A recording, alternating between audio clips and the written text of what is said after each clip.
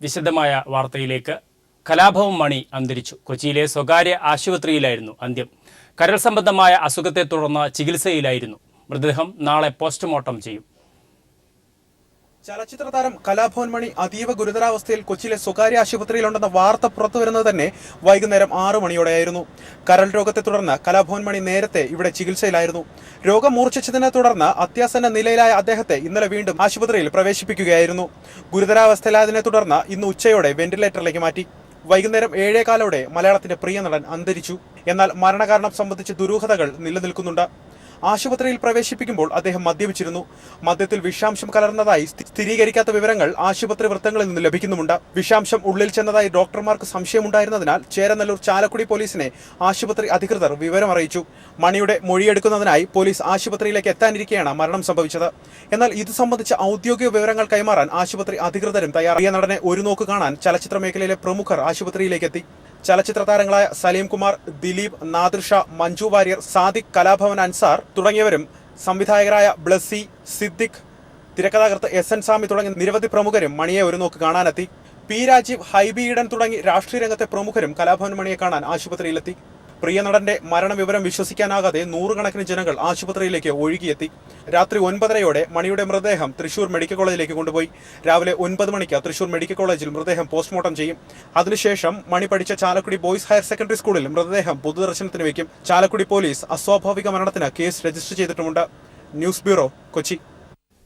മലയാളത്തിന്റെ മണികിലുക്കം മായുമ്പോൾ അത് ദേശവും ഭാഷയും കടന്ന അഭിനയത്തിന്റെ ചാരുതയുടെ നഷ്ടം തന്നെയാണ്. ഒപ്പം നാട്യങ്ങളില്ലാത്ത ഒരു സ്നേഹ സാന്നിധ്യത്തിന്റെ വിയോഗവും.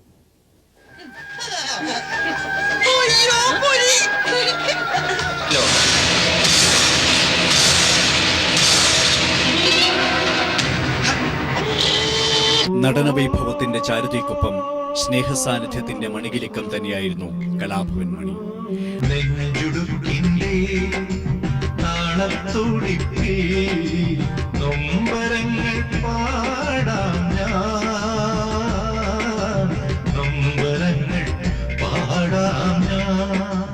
ഹാസ്യനടനായും സ്വഭാവ നടനായും വില്ലനായും നായകനായും മലയാളത്തിന്റെ അതിരുകൾ കടന്ന് മണി വേഷപ്പകർച്ചകൾ ആടിയപ്പോൾ ഓരോ മലയാളിയുടെയും സ്വകാര്യ അഭിമാനം കൂടിയാവുകയായിരുന്നു ഈ കറുത്തമുത്ത്.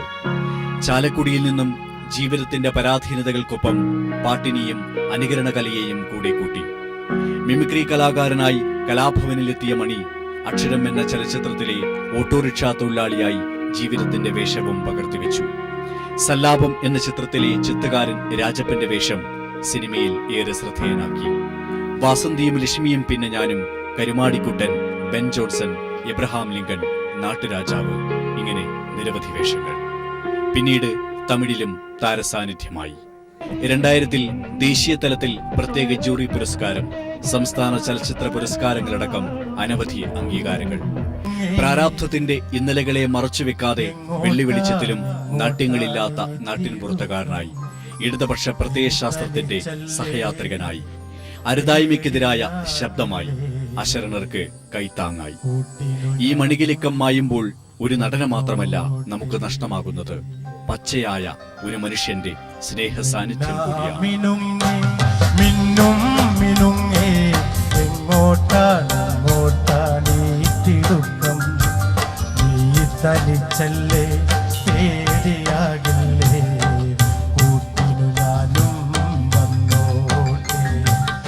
News desk.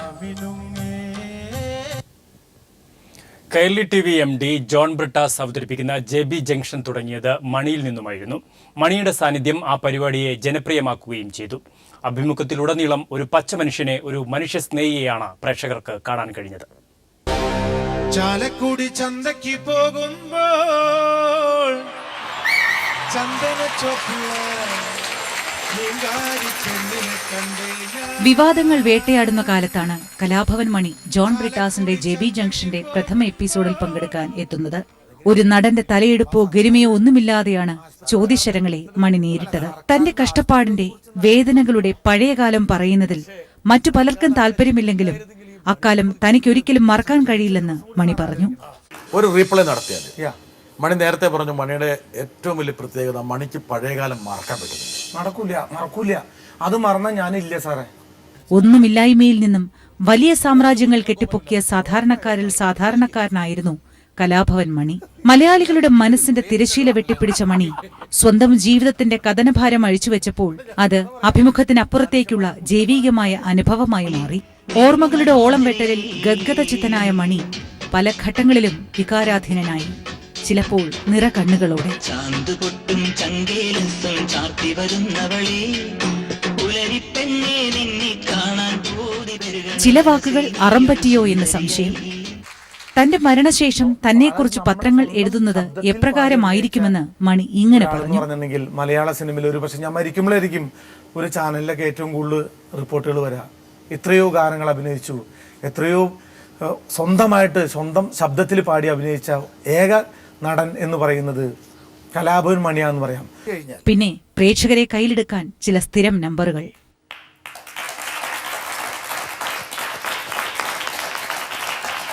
ഒടുവിൽ മനസ്സു തുറന്നു പാടിയാണ് മണി JB ജംഗ്ഷനിൽ നിന്നും വിട പറഞ്ഞത്. അയ്യപ്പ ഹരേ അയ്യപ്പ പാഹിമാം, അയ്യപ്പ ഹരേ അയ്യപ്പ പാഹിമാം.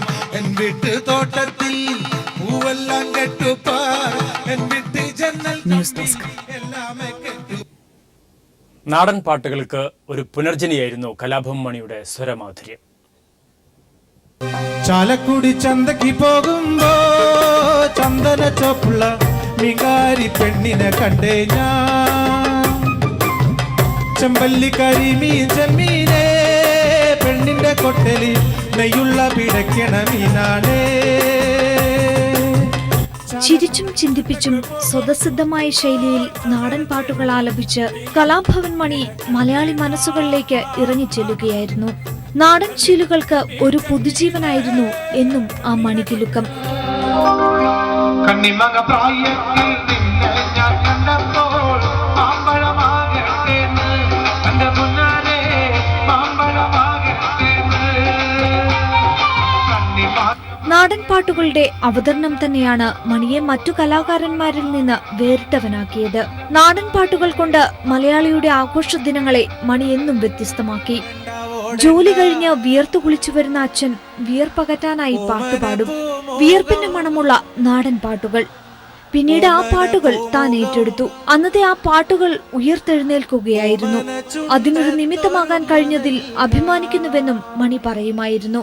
ഓടണ്ട ഓടണ്ട ഓടി തളരണ്ട, ഓമന പൂമുഖം പാടിടേണ്ട, ഓമന പൂമുഖം പാടാതെ സൂക്ഷിച്ചാൽ ഓമന ചുണ്ട. പേരിൽ മണിയുണ്ടായിരുന്നിട്ടും ഒരു മണി അരിയില്ലാതിരുന്ന വറുതിയുടെ നാളുകളെന്ന് മണി പറഞ്ഞ ആ നാളുകൾ. ആ പാട്ടുകളുടെ ഉപ്പും പുളിയും കയ്പും മധുരവുമൊക്കെ ആ ജീവിതമായിരുന്നു. റോഡാണ് റോഡിനരികാണ് വീടിനടയാളം സീമക്കൊന്ന കുഞ്ചവരമ്പത്ത് പാമ്പിന്റെ. കാലചക്രം ആ മണികിലുക്കത്തെ കവർന്നെടുത്താലും വ്യത്യസ്തമായ ആ ചിരിയും ആ ചാലക്കുടിക്കാരന്റെ നാടൻ ശീലുകളും വരും തലമുറയും ഏറ്റുപാടുമെന്ന് ഉറപ്പ്. News desk. മണിയെ പ്രമുഖർ അനുസ്മരിച്ചു. അവരുടെ വാക്കുകളിലേക്ക്. നടൻ എന്നത് മാത്രമല്ല, ഇടതുപക്ഷത്തിന്റെ ഒരു ശബ്ദം കൂടിയായിരുന്നു അദ്ദേഹം. ഇടതുപക്ഷ ജനാധിപത്യ പ്രസ്ഥാനത്തിന്റെ വളർച്ചയിൽ അദ്ദേഹം വലിയ സംഭാവനകൾ നൽകിയിട്ടുണ്ട്. ചാലക്കുടിയിലും പരിസര പ്രദേശങ്ങളിലും ഇടതുപക്ഷവുമായി ബന്ധപ്പെട്ടിട്ടുള്ള പ്രവർത്തനമായിരുന്നു അദ്ദേഹം നടത്തിവരുന്നത്. തൊഴിലാളിയായി പ്രവർത്തനം ആരംഭിച്ച് തൊഴിലാളി വർഗ പ്രസ്ഥാനത്തിന്റെ അഭേദ്യമായിട്ടുള്ള ബന്ധപ്പെട്ടുള്ള പ്രവർത്തനം കലാഭവൻ മണിക്ക് നടത്താൻ സാധിച്ചിട്ടുണ്ട്. കഴിഞ്ഞ നിയമസഭാ തെരഞ്ഞെടുപ്പിൽ പോലും ഞാൻ മത്സരിച്ച നിയോജക മണ്ഡലം ഉൾപ്പെടെ ഒട്ടേറെ മണ്ഡലങ്ങളിൽ വന്ന് ഇടതുപക്ഷത്തിന്റെ വിജയത്തിന് വേണ്ടി അദ്ദേഹം പ്രവർത്തിച്ചു. എന്നും ഇടതുപക്ഷത്തിന്റെ ഒപ്പം നിലയുറപ്പിച്ച ആ എല്ലാവർക്കും പ്രിയങ്കരനായിട്ടുള്ള നടന്റെ വേർപാടിൽ ഞാൻ അഗാധമായ അനുശോചനം CPI-ന് വേണ്ടി അറിയിക്കും. അദ്ദേഹം എല്ലാ സാധാരണക്കാരനുമായിട്ട് ഇടപെട്ട് അവരുമായിട്ട് എല്ലാം ഒരു കോർഡിയലായിട്ട് പോകുന്ന നല്ല സ്വഭാവമുള്ള ആളാണ്. അഭിനയ രംഗത്ത് യഥാർത്ഥത്തിൽ കലാഭവൻ മണി ഒരു അത്യുന്നത സ്ഥാനത്താണ് എന്ന് പറഞ്ഞാൽ അതിലൊട്ടും അത്ഭുതം ഉണ്ടാവില്ല. അങ്ങനെ ഉയർന്ന ഒരു നിലവാരം പുലർത്തിക്കൊണ്ടിരുന്ന ഒരു വ്യക്തിയായിരുന്നു. കലാഭവൻ മണിക്ക് പകരം കലാഭവൻ മണി അല്ലാതെ മറ്റൊരാളില്ല. അതാണ് മലയാളത്തിന്റെ ഇന്നത്തെ അവസ്ഥ. അതാണ് എന്റെ വിലയിരുത്തൽ.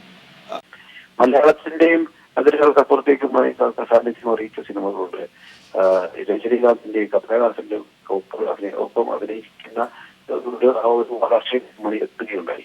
തീർച്ചയായിട്ടും ഒരു വളരെ ജീവിതത്തിന്റെ ഏറ്റവും താഴത്തെ അവസ്ഥയിൽ നിന്നും ഏറ്റവും ദാരിദ്ര്യവും കഷ്ടതകളും ഒക്കെയുള്ള ജീവിത അവസ്ഥകളിൽ നിന്നും മണി ഒരു കലാകാരനുമല്ലേ, തന്റെ ഉള്ളിൽ കല എന്ന് പറയുന്ന ഒരു സമ്പാദ്യം കൊണ്ട് മാത്രം മണി ഈ ജീവിതത്തെ കെട്ടിപ്പിടിച്ചവനാണ്. നമുക്ക് മലയാളികൾക്ക് അന്യം നിന്നുകൊണ്ടിരുന്ന നാടൻ പാട്ടുകൾ വളരെ ജനപ്രിയമാക്കുകയും മുഖ്യധാരയിലേക്ക് കൊണ്ടുവരികയും ചെയ്തതിൽ മണിക്ക് വലിയ പങ്കുണ്ട്. അദ്ദേഹത്തിന്റെ സ്വരം, ആ ആർജവം, ഇപ്പോൾ നമുക്കൊരു സ്റ്റേജിലൊക്കെ അദ്ദേഹം കാണിക്കുന്ന ഒരു എനർജി ഉണ്ടല്ലോ, അത് ജനങ്ങളെ അത്രമാത്രം ആവേശം കൊള്ളിച്ചതായിട്ട് നമുക്ക് ഒരുപാട് അറിയാം. ലോകത്ത് എല്ലായിടത്തോളം മലയാളികളെ ഒരുപാട് ആവേശം കൊള്ളിച്ചിട്ടുണ്ട് അദ്ദേഹത്തിന്റെ അഭിനയ പ്രതിഭയും സ്വരവും ഒക്കെ തന്നെ. അതുപോലെ തന്നെ അദ്ദേഹം ഇടതുപക്ഷ പ്രസ്ഥാനവുമായിട്ട് അടുത്തിടപഴകിയിരുന്ന വ്യക്തമായ നാടൻ പാട്ടായാലും മിമിക്രി ആയാലും സ്റ്റേജിലായാലും പിന്നെ ഡാൻസിലായാലും ആക്ടിങ്ങിലായാലും ഇങ്ങനെ ഒരു നടന് മലയാളത്തിന് കിട്ടി ഒരു അതിനെ നിർവചിക്കാൻ പദങ്ങളില്ല. അത്രത്തോളം ഗംഭീര ആർട്ടിസ്റ്റ് ആയിരുന്നു കലാഭവൻ മണിച്ചേട്ടൻ. ഇതര ഭാഷകളിൽ, ഏതെല്ലാം ഭാഷകളിൽ, ചേരുന്ന സ്ഥലത്ത് അത്രയും. ഞാനും ഒരു മിമിക്രി കലാകാരനാണെന്ന് ഞങ്ങളെ പോലുള്ള ആൾക്കാർക്ക് പറയുമ്പോൾ ഒരു അഭിമാനം തന്നെയാണ് മണിച്ചേട്ടൻ എവിടെ ചെന്നാലും. തിരികെ വാർത്തയിലേക്ക്. ദുബായ് ടാക്സി വരുമാനത്തിൽ വൻ വർധനവ്. കഴിഞ്ഞ വർഷത്തെ വരുമാനം 148.1 കോടി ദീർഘമെത്തിയതായി road and transport authority executive director board director general Mattar Al Tayer പറഞ്ഞു. 280 ദശലക്ഷം ദീർഘമാണ് ടാക്സി കോർപ്പറേഷന് കഴിഞ്ഞ വർഷത്തെ ലാഭം. പോയ വർഷം 470 ലക്ഷം ട്രിപ്പുകളായിരുന്നു ദുബായ് ടാക്സി നടത്തിയത്. പ്രതിദിനം 12.9 ലക്ഷം എന്ന നിലയ്ക്ക് 2015 ദുബായ് ടാക്സി 470 ലക്ഷം ട്രിപ്പുകളാണ് നടത്തിയത്. കൂടുതൽ വിദേശികൾക്ക് സ്വകാര്യ മേഖലയിൽ തൊഴിലവസരം നൽകുന്നതിനായി സൗദി തൊഴിൽ മന്ത്രാലയം നടപ്പാക്കിയ നിധാഖത്ത് വ്യവസ്ഥ നവീകരിക്കുന്നു. നിലവിൽ നിശ്ചിത ശതമാനം സ്വദേശികളെ നിയമിക്കുക എന്നതാണ് നിധാഖത്തിലെ മുഖ്യ വ്യവസ്ഥ. എന്നാൽ പരിഷ്കരിക്കുന്നതിന്റെ ഭാഗമായി അവരുടെ പ്രാതിനിധ്യത്തിനു പുറമെ സ്വദേശികളുടെ പദവി, വേതനം, വനിതാ പ്രാതിനിധ്യം എന്നിവ കൂടി ഉൾപ്പെടുത്തും. ഇതനുസരിച്ച് സ്ഥാപനങ്ങൾക്ക് പോയിന്റ് കണക്കാക്കാനാണ് ഉദ്ദേശിക്കുന്നത്. വനിതകൾക്ക് കൂടുതൽ അവസരം നൽകുക എന്ന ലക്ഷ്യത്തോടെ വനിതകളെ നിയമിക്കുന്ന സ്ഥാപനങ്ങൾക്ക് പോയിന്റ് ലഭിക്കും. ദുബായിൽ ശാരീരികക്ഷമത വാഗ്ദാനം ചെയ്ത് വിപണിയിലെത്തിയ ചില ഔഷധങ്ങൾ വ്യാജമാണെന്ന് ആരോഗ്യ മന്ത്രാലയത്തിന്റെ മുന്നറിയിപ്പ്. പ്രകൃതിദത്ത മരുന്നെന്ന് അവകാശപ്പെട്ടാണ് ആരോഗ്യത്തെ ഹാനികരമായി ബാധിക്കുന്ന ഇത്തരം ഔഷധങ്ങളുടെ വിപണനം. ഉത്തേജനവും ഉന്മേഷവും വർദ്ധിപ്പിക്കുമെന്ന് പരസ്യപ്പെടുത്തിയ മരുന്നുകളിൽ മാരകമായ രാസപദാർത്ഥങ്ങൾ അടങ്ങിയിട്ടുണ്ടെന്നാണ് ലാബ് പരിശോധനയിൽ വ്യക്തമായത്. കങ്കാരു എസൻസ് എന്ന പേരിൽ ഇപ്പോൾ വിപണിയിലെത്തിയ മരുന്നുകളിലും മാരകമായ രാസലായനികൾ കണ്ടെത്തിയെന്നാണ് അധികൃതർ വ്യക്തമാക്കി. രക്തസമ്മർദ്ദം കുറയ്ക്കുകയും പ്രമേഹം രോഗികളുടെ ജീവൻ അപായപ്പെടുത്താനും ഇത്തരം മരുന്നുകളുടെ ഉപയോഗം കാരണമാകുമെന്നും അധികൃതർ മുന്നറിയിപ്പ് നൽകി. 2016 ഭൗമ മണിക്കൂർ ദുബായിൽ മാർച്ച് 19 രാത്രി 8:30 മുതൽ 9:30 വരെ ആചരിക്കും. ഇതിനായുള്ള ഒരുക്കങ്ങൾ നടന്നു വരികയാണെന്ന് സംഘാടകരായ എമിറേറ്റ്സ് വൈൽഡ് ലൈഫ് സൊസൈറ്റി അറിയിച്ചു. കാലാവസ്ഥാ വ്യതിയാനത്തിനെതിരെയാണ് ബോധവൽക്കരണ ലക്ഷ്യവുമായി എല്ലാ വർഷവും ഭൗമ മണിക്കൂർ ആചരിച്ച് വരുന്നത്. 1 മണിക്കൂർ നേരം ലൈറ്റുകൾ അണച്ച് ഇത്തവണയും ഭൗമ മണിക്കൂറിൽ എല്ലാവരും പങ്കാളികളാവണമെന്നും ബന്ധപ്പെട്ടവർ അഭ്യർത്ഥിച്ചു.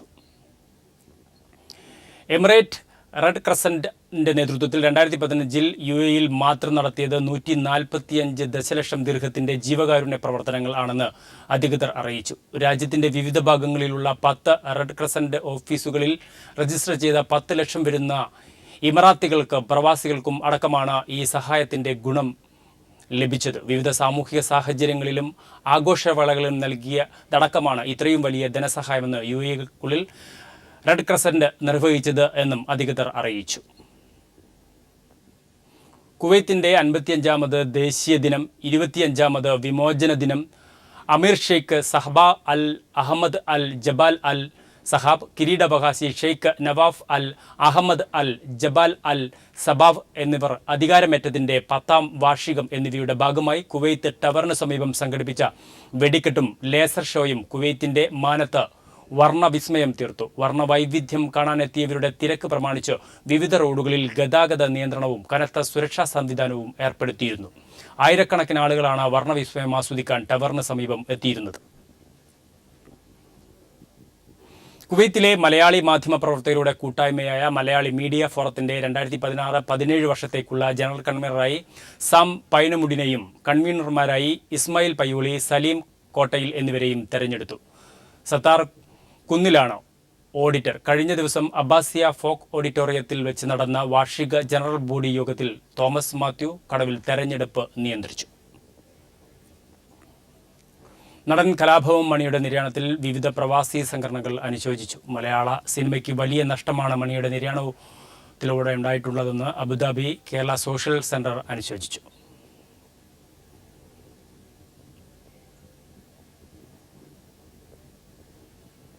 മലയാള സിനിമയിൽ വേറിട്ട അഭിനയം കാഴ്ചവെച്ച് തന്റേതായ സ്ഥാനം ഉറപ്പിച്ച അതുല്യ നടനായിരുന്നു കലാഭവൻ മണിയെന്ന് നവോദയ സാംസ്കാരിക വേദി. എന്നും ചാലക്കുടിക്കാരനായി മാത്രം ജീവിച്ച മണി തന്റെ ഇടതുപക്ഷാഭിമുഖ്യം മറച്ചുവെച്ചിരുന്നില്ല.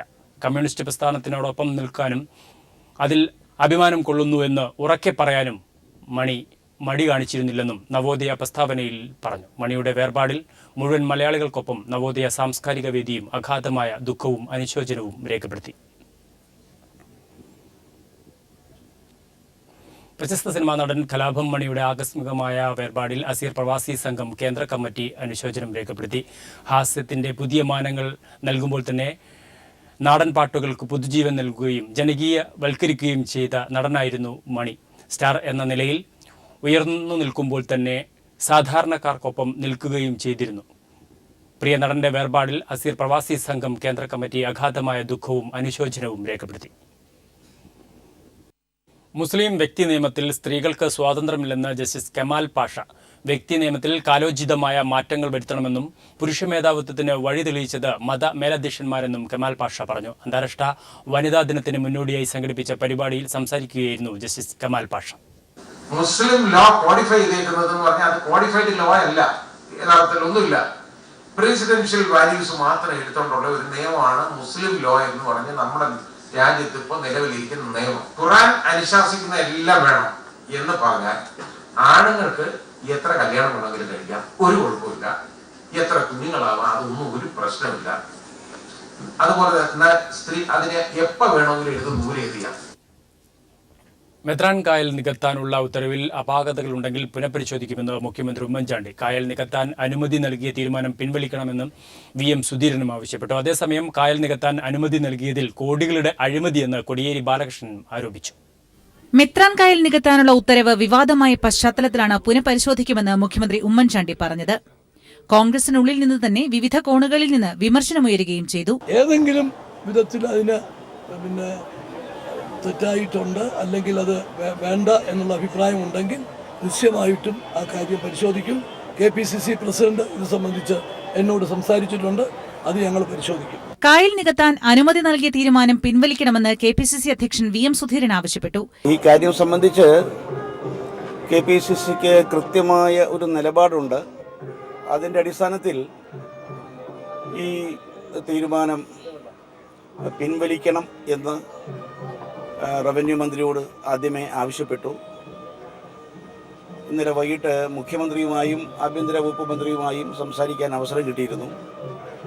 അവരുമായും ഇതേ സംബന്ധിച്ചിടത്തോളം ആശയവിനിമയം നടത്തിയിട്ടുണ്ട്. കായൽ നികത്താൻ അനുമതി നൽകിയതിൽ കോടികളുടെ അഴിമതിയെന്ന് CPIM സംസ്ഥാന സെക്രട്ടറി കോടിയേരി ബാലകൃഷ്ണൻ ആരോപിച്ചു.